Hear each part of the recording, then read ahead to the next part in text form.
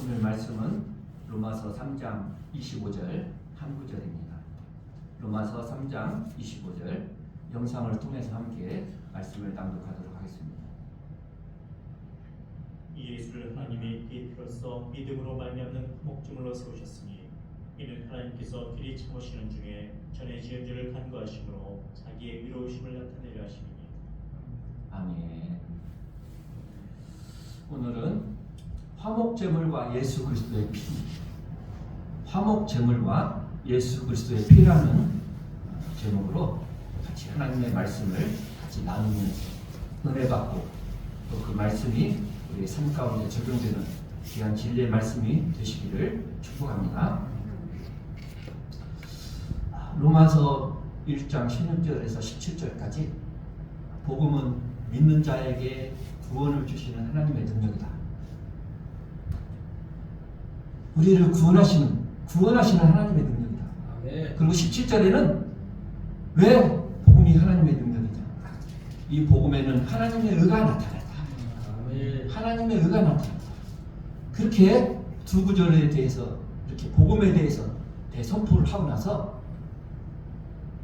1장 18절부터 3장 20절까지는 인간의 죄악된 모습, 하나님의 진노 아래 있는 인간의 모습이 잘 묘사되어 있습니다. 왜 인간에게 복음이 필요한가? 왜 하나님의 의가 필요한지 유대인이나 이방인이나 다 하나님의 진노 아래 있고 예수 그리스도의 복음을 통하지 않고는 하나님과 화목될 수 없고 구원받을 수 없다는 거예요. 그렇게 두 장에 걸쳐서 쭉 설명하고 지금 말씀을 나누고 있는 3장 21절부터 3장 31절까지 11구절에 통해서 이 하나님의 의, 복음에는 하나님의 의가 나타나는데 이 하나님의 의가 구체적으로 어떻게 나타나고 우리에게 어떻게 구원을 이루어 주시는지 복음에 대한 깊이 있는 내용을 말씀하고 계십니다. 그래서 3장 21절부터 24절까지 처음 네 구절에서는 구원의 방법에 대해서 진술하고 있습니다. 구원의 방법, 어떻게 구원을 받느냐? 율법 위에 하나님의 의가 나타났다. 복음에는 하나님의 의가 나타났다. 1장 17절에는 말씀이죠. 율법 위에 하나님의 의가 나타났다.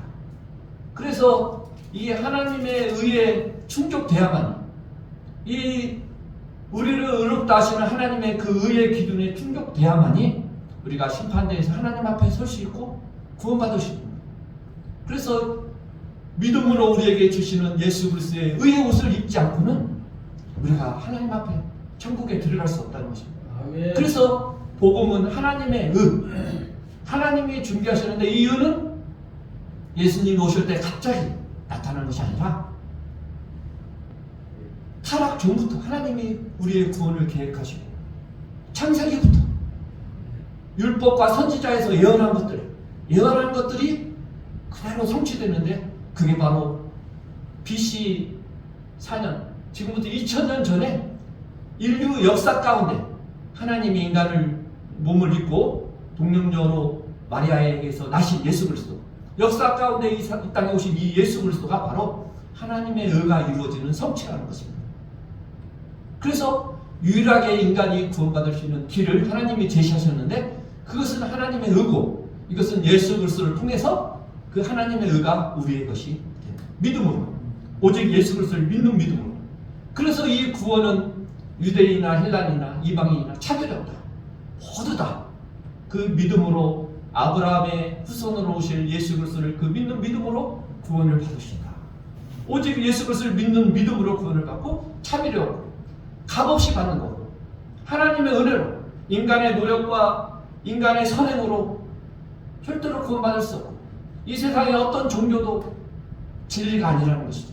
기독교회는 하나님이 구원의 길을 열어주신 이 길, 아브라함의 하나님, 이삭의 하나님, 야곱의 하나님. 하나님은 아브라함의 하나님, 이삭의 하나님, 야곱의 하나님이시죠. 이삭의 성 이스마엘의 하나님이 아니고 그 다음에 야곱의 형 에서의 하나님이 아니고 중동 이슬람교, 마호메트교 그것이 진리가 아니고 아브라함과 이삭과 야곱을 통해서 오실 예수 그리스도, 그 후손으로 오실 예수 그리스도만이 참 진리이고 인간을 구원할 참 종교인 거.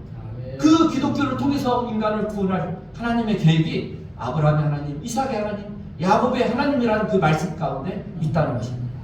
그래서 이 세상에 어떤 종교도 구원의 길이 없는 거예요. 이슬람은 말할 것도 없고, 그렇죠?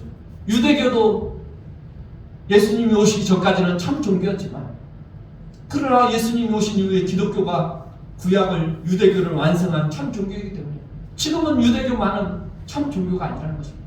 거기에 구원이 없는 거예요. 예수 그리스도가 빠진 그 유대교에. 그래서 기독교만이 참 진리이고 예수 그리스도를 믿는 그 믿음으로 우리가 구원받을 수 있다. 그리고 차별이 없다. 예수 그리스도의 구속을 통해서, 속량을 통해서 값없이 우리를 의롭다 하신다. 그게 바로 구원이라는 거죠. 이 내용이 3장 21절부터 24절까지 내부절처럼 해서 우리에게 주시는 구원의 길을 사도 바울이 이야기하고 있습니다. 그 다음에 25절, 오늘 본문 첫 번째 25절부터 마지막 31절까지 7구절. 7구절은 이 위대한 구원의 특징은 무엇이냐, 하나님이 어떤 식으로 이 구원을 이루셨냐, 그것을 이제 구체적으로 자세하게 깊이 있게 사도 바울이 설명합니다. 첫 번째 네 구절은 구원의 길은 하나님이 준비하시고 믿음으로 되고 값없이 되고 하나님의 은혜로 되고 예수 그리스도의 구속의 사업을 통해서 구원받는다. 이렇게 로마서 1장 17절보다는 자세하게 좀 이야기했죠. 그래서 3장 25절 오늘 본문부터는 이제 더 깊이 있게 어떻게 인간을 하나님이 구원하시는가, 구원의 자세한 특징들에 대해서 쭉 설명하고 있습니다. 그래서 사도 바울이 설명하고 있는 오늘의 주제는 화목 제물과 예수 그리스도의 피, 구원의 구체적인 방법인 화목 제물과 예수 그리스도의 피에 대해서 사도 바울이 25절에서 말씀하고 있습니다. 하나님이 예수 그리스도를 화목 제물로 세우셨다는 것입니다. 첫 번째, 화목 제물로, 이 예수를 화목 제물로 세우셨으니, 이 예수를 화목 제물로 세우셨다. 화목 제물로 세우셨다는 의미가 무슨 뜻인가? 세우셨다.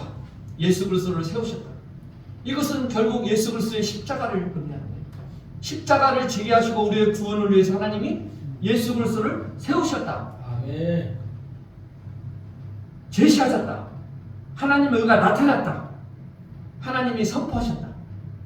하나님이 계시하셨다. 계시하셨다는 건 뭡니까? 감추어졌던 것들이, 구약의 그림자로 감춰졌던 것들이 이제는 누구나 볼 수 있는 역사상의 예수 그리스도, 사람으로 오신 그 인물로 오신 예수 그리스도가 만인이 볼 수 있도록 나타났다. 선포했다. 그래서 사도 바울은 예수 그리스도를 화목제물로 세우셨다. 이렇게 이야기하고 있는 것입니다.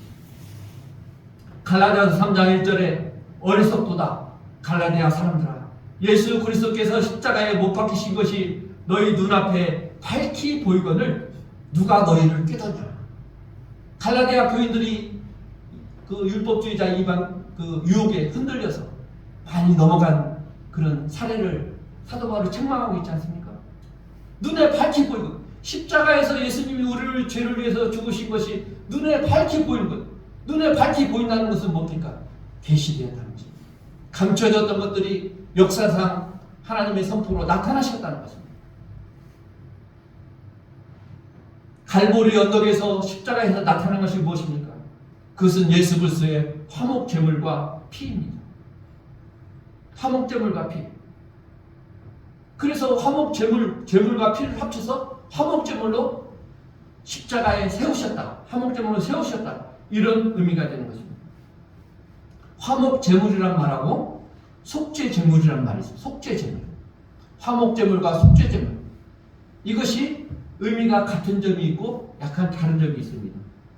속죄 제물은 조금 좁은 개념이에요. 속죄 제물이라는 것은 어떤 것을 의미합니까?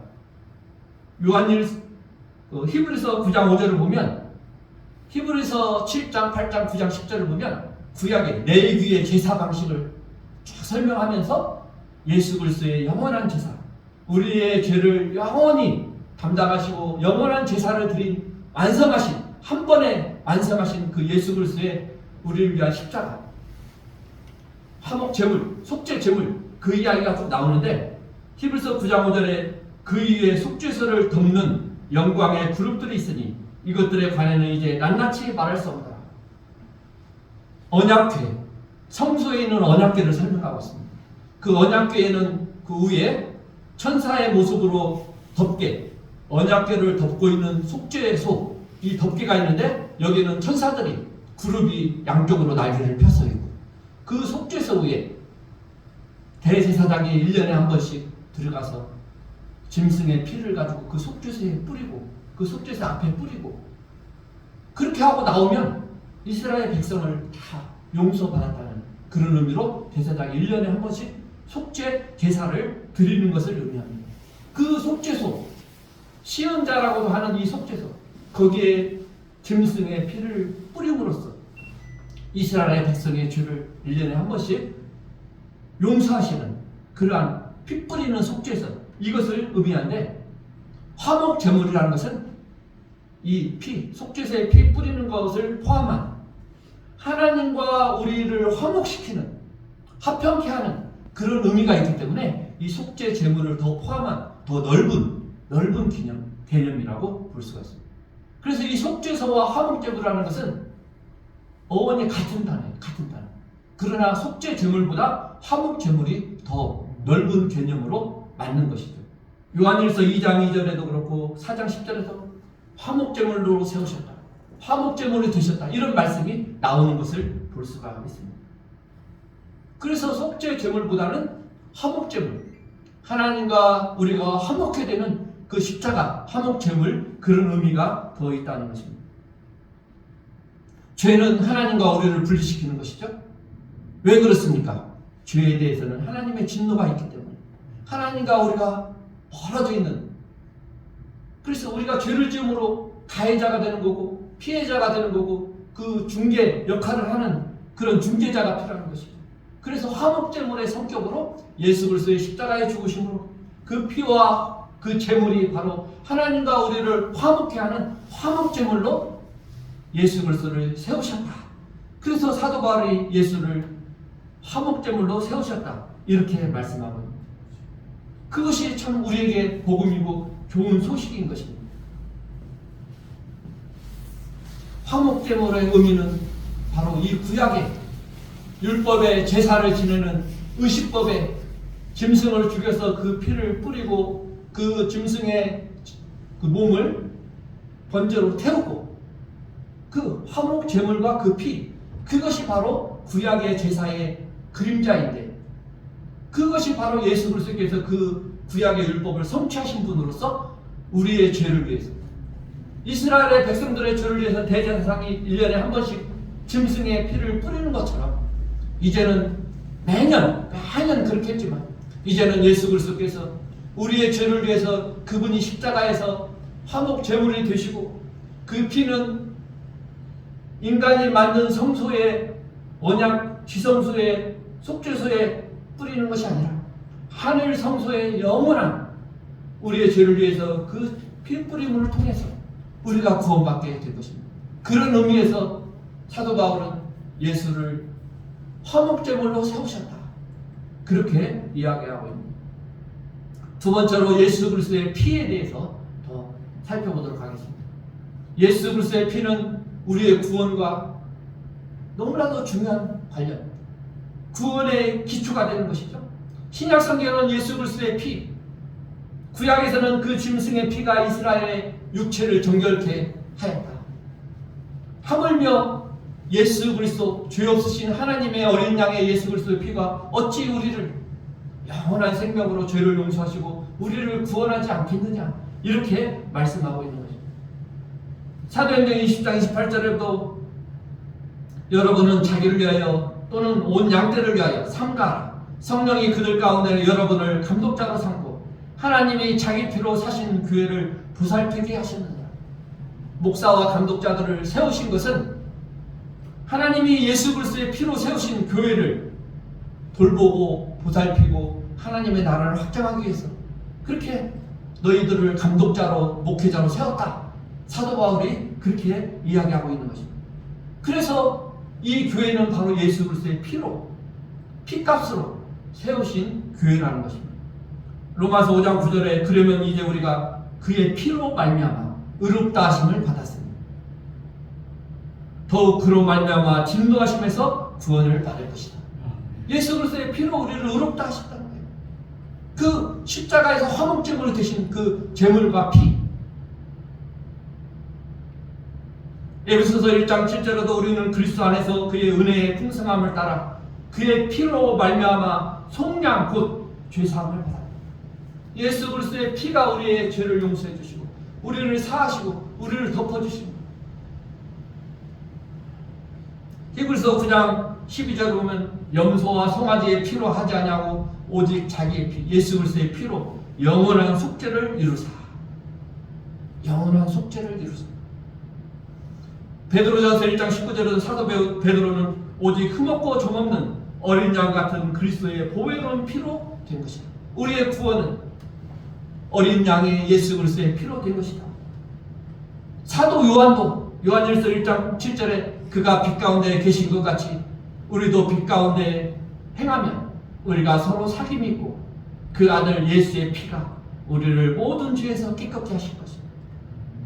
사도 요한, 사도 베드로, 사도 바울 다 신약 전체적으로 예수 그리스도의 피가 그 십자가의 보혈의 피가 우리의 죄를 용서하시고 우리의 죄를 사하신다는 것입니다. 우리의 구원을 이루신다는 것입니다. 신약 전반에 그 예수 그리스도의 피가 우리를 구원하시는 그런 원천이 된다고. 그리고 예수 그리스도의 제물과 십자가가 하나님과 우리를 화목하고 우리를 구원하시는 그 근본이 된다는 것입니다.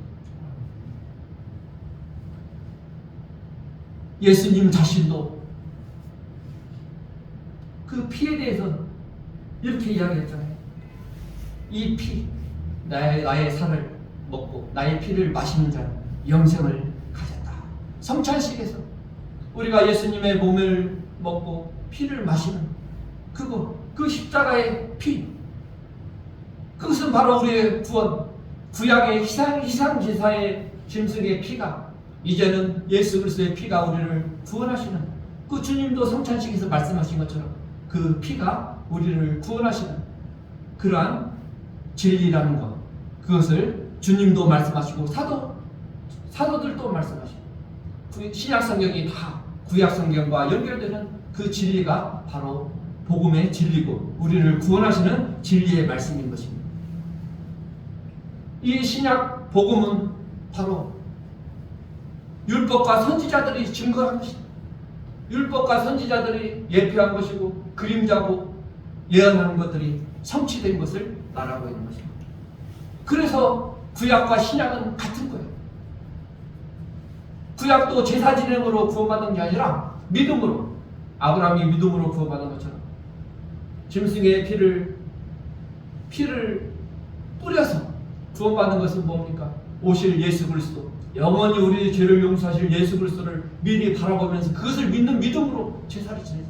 그래서 구원받은 거예요. 아멘. 우리는 더 이상 제사가 없잖아요. 예수 그리스도를 믿는 그 믿음으로 우리도 그 예수 그리스도를 믿는 그 피와 그 복음을 믿는 그것으로 구원받는 거죠. 그러니까 구약 성도와 신약 성도가 다를 게 없다는 것이죠. 아멘. 세례 요한이 그렇지 않습니까?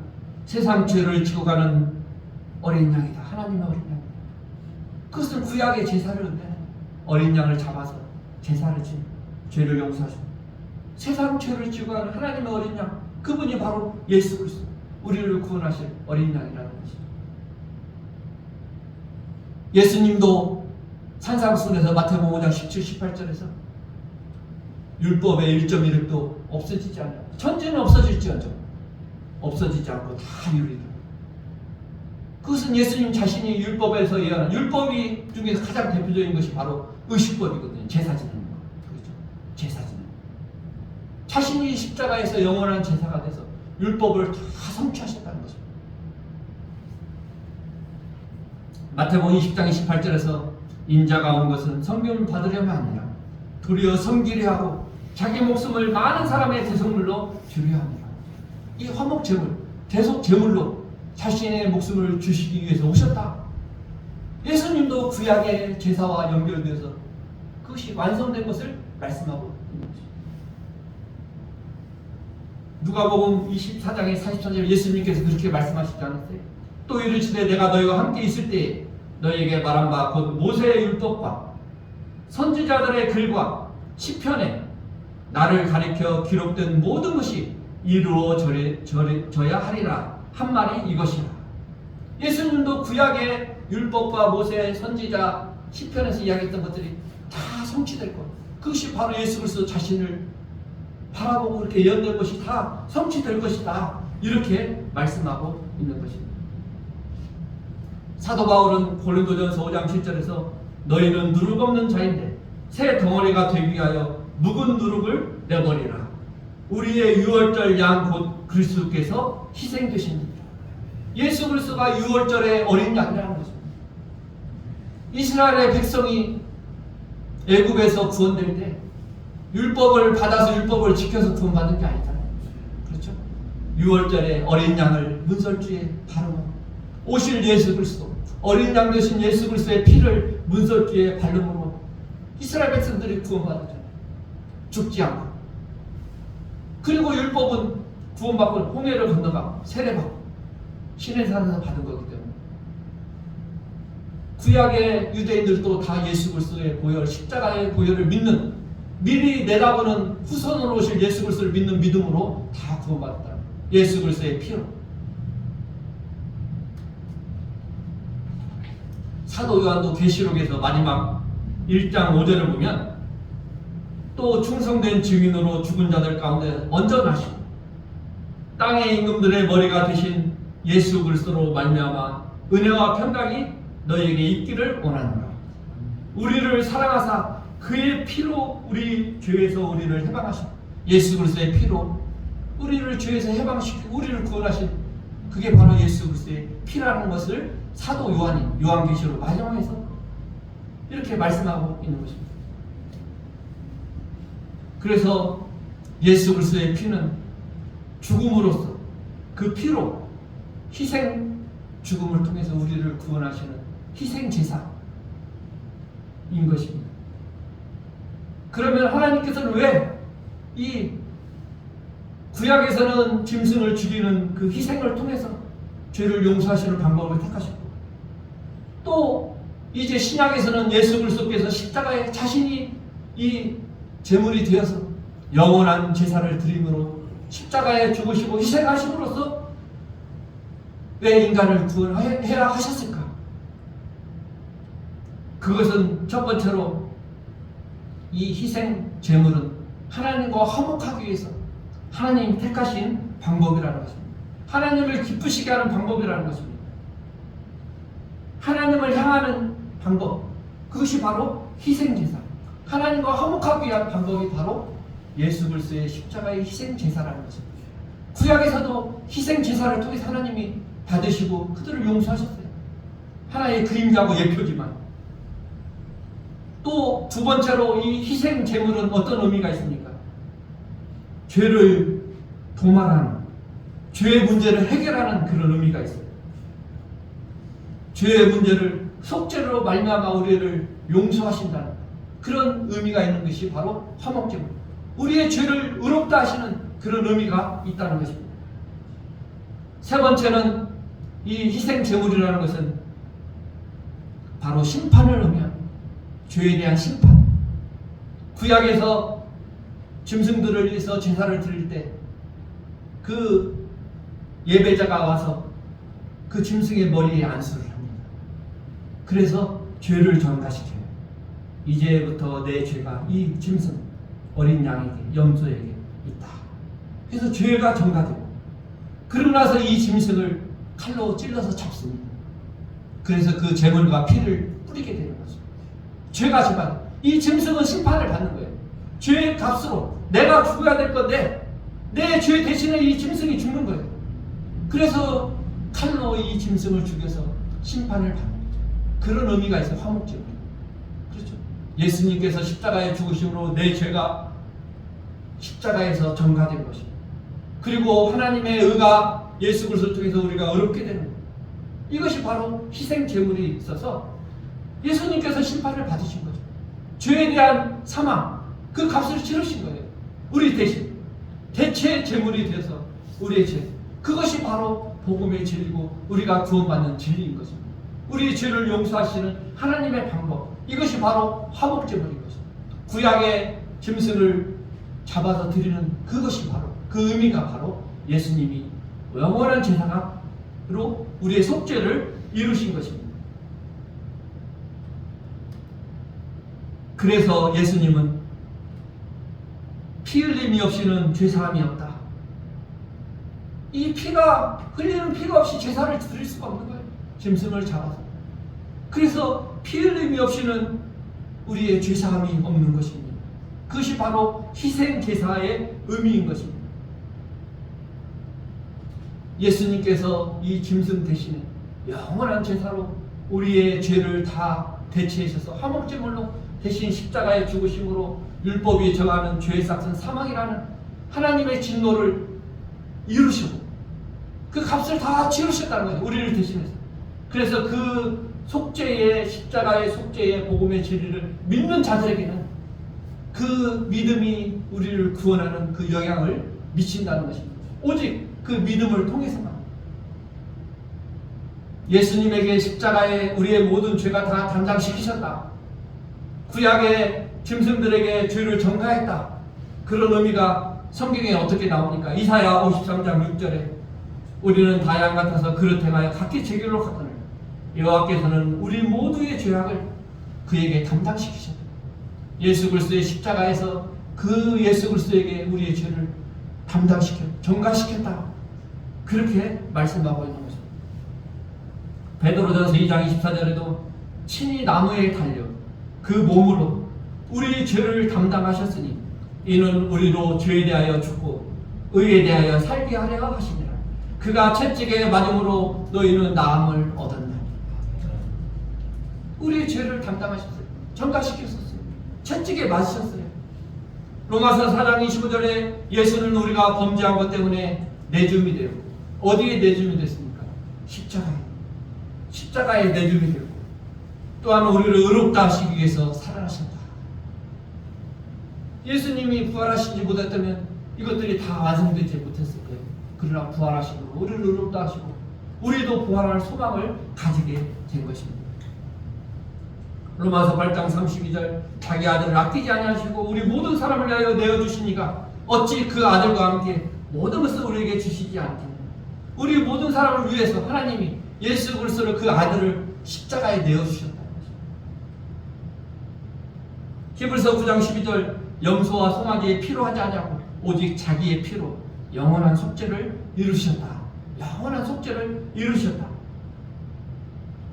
이 예수 그리스도의 피가 우리를 구원하시고 우리를 깨끗게 합니다. 우리를 의롭다 하십니다. 하나님 앞에 설 수 있는 자격을 주십니다. 의의 옷을 입혀주십니다. 이제는 옛 율법의 옛 언약이 아니라 이제는 새 언약 안에 있습니다. 예수님은 그 피는 우리의 새 언약의 중보자가 되십니다. 어떤 중보자? 너는 나의 백성이고 나의 자녀다. 너의 구원은 보장된다. 그 중보자의 보증이 되신 분이 바로 예수 그리스도의 피고 또 성령님이십니다. 이 새 언약은 예수님께서 이제는 너와 맺는 새 언약, 새 언약을 맺는다. 이 자는 피로 세우는 새 언약이다. 예수님께서 성찬식에서 그렇게 말씀하셨습니다. 이 피는 너희와 내가 맺는 새 언약의 보증이다. 피로 세우는 새 언약이다. 이 예수 그리스도의 십자가의 피가 우리의 새 언약의 보증이 되고 우리의 구원의 보증이 되고 하나님의 백성이고 우리의 구원을 보장하는 그 근본이 되신 줄로 믿습니다. 우리의 구원과 기업과 모든 영광은, 구원의 영광은 이 예수 그리스도의 피로 인한 것입니다. 그래서 찬송가 265장 내가 그 피를 볼 때 6월절 그 양의 피를 볼 때에 내가 널 넘어가리라. 6월절 예수 그리스도의 십자가의 그 피를 볼 때 우리의 죄를 넘어가고 우리를 의롭다고 우리의 죽음에서 넘어가고 영원한 생명을 주시는 것입니다.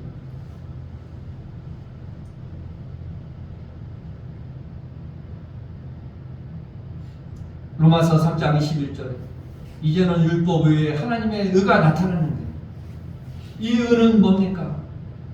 값없이 하나님이 주시는 은혜로 의롭다함을 받는 구원입니다. 이 의는 예수 그리스도를 믿는 믿음으로 믿는 자에게만 미치는 하나님의 구원의 능력인 겁니다. 이것이 바로 구원입니다. 이 십자가에서 내가 그 믿는 믿음이 우리에게 구원을 미치는데 그 믿는 믿음은 뭡니까? 예수 그리스도 십자가에서 내 죄를 다 담당시켰다. 내 죄가 그분에게 전가됐다. 그래서 하나님의 의가 나에게 전가됐다. 이제 의롭게 됐다. 그것이 구원이에요. 칭의예요. 구원의 시작이죠. 그것이 다 끝난 것은 아니지만 성화되고 마지막에 영화될 것이지만 구원의 시작은 우리를 의롭다 하십니다. 우리의 행위와 상관없이 그 믿음을 보시고 우리를 의롭다 하십니다. 이것이 바로 구원입니다. 이 예수를 하나님이 그의 피로 인하여 믿음으로 말미암아 우리가 믿는 그 믿음으로 말미암아 화목제물로 세우셨다. 이게 바로 사도 바울이 복음의 진리, 구원의 진리에 대해서 깊이 있게 우리에게 또 로마 교인에게 말씀하고 있습니다. 하나님이 화목제물로 세우셨다. 구약에서 예언되고 행사되었던 그 그림자 같은 그 화목제물이 영원한 예수님 스스로 화목제물이 되셔서 그 피로 우리를 구원하셨다. 우리의 죄를 깨끗게 하셨다. 이것이 바로 복음이고 이것을 믿는 자에게 하나님이 구원을 주시고 믿는 자에게만 미치는 하나님의 복음의 능력인 줄로 믿습니다. 이 진리를 우리는 마음에 새기고 절대로 의심하지 않고 이 진리가 우리의 삶의 목표가 되고 궁극적인 구원을 구원받은 자가 하나님의 영광을 바라보고 즐거워하는 그러한 삶을 그것이 바로 복음의 능력으로 살아가는 삶인 줄로 믿습니다. 이러한 복음의 능력으로 살아가는 대림천국교회 모든 사역자 성도들 되시기를 예수님의 이름으로 축복합니다. 아멘.